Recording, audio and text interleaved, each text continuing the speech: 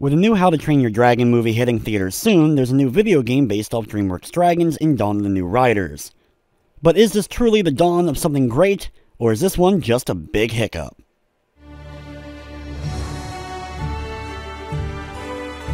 DreamWorks Dragons: Dawn of the New Riders is based off of the DreamWorks Dragons cartoon series, which finished up its 6th season run back in February of 2018, features a brand new character and a new dragon, a Chimera dragon made up of a hodgepodge of other dragons who gets to grow and learn new abilities throughout the course of the game.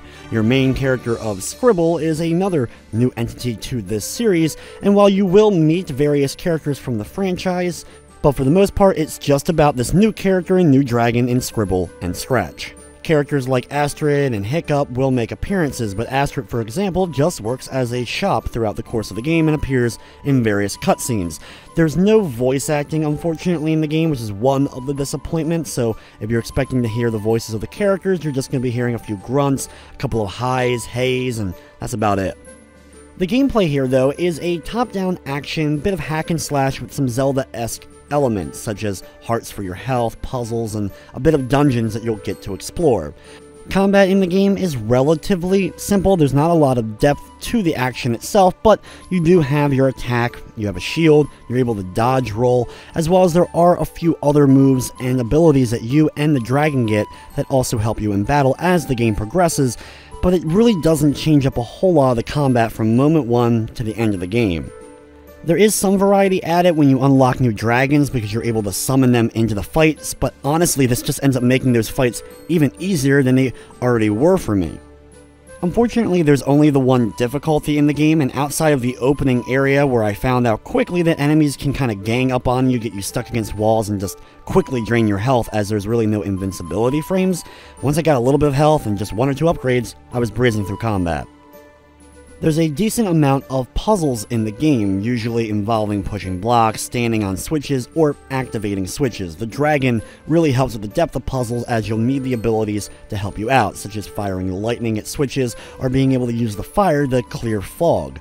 My only issue was they don't always explain key gameplay mechanics that you'll need to solve a puzzle right exactly when you need them, and end up explaining them maybe a little bit later on, so some younger gamers may get a bit confused, but overall, it's pretty accessible, and I feel like almost anyone should be able to play this one.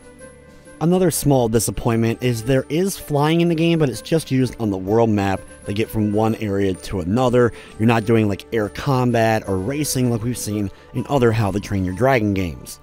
And lastly, it's not a really long game. It took about 5 to 7 hours in order to get through it, and that was with extra exploring to look at the extra areas and get all the upgrades. From the technical side of things, the game didn't crash on me, but I did have a bit of slowdown, mostly at the end of the game. When there was fog on screen that had to be cleared, the game would chug a bit.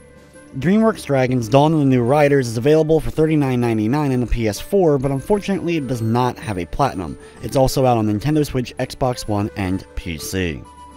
Overall, DreamWorks Dragons: Dawn of the New Riders is an okay top-down action game. The Zelda-esque puzzle elements will probably provide a bit of fun for those who love that genre, and for fans of DreamWorks Dragons, you'll get a bit of enjoyment for sure, but the lack of voice acting, a lot of familiar characters from the series, as well as the relatively short length for the price point, it's one of those games you may want to wait a bit for a sale. With everything said, I'm going to be giving it a 6 out of 10.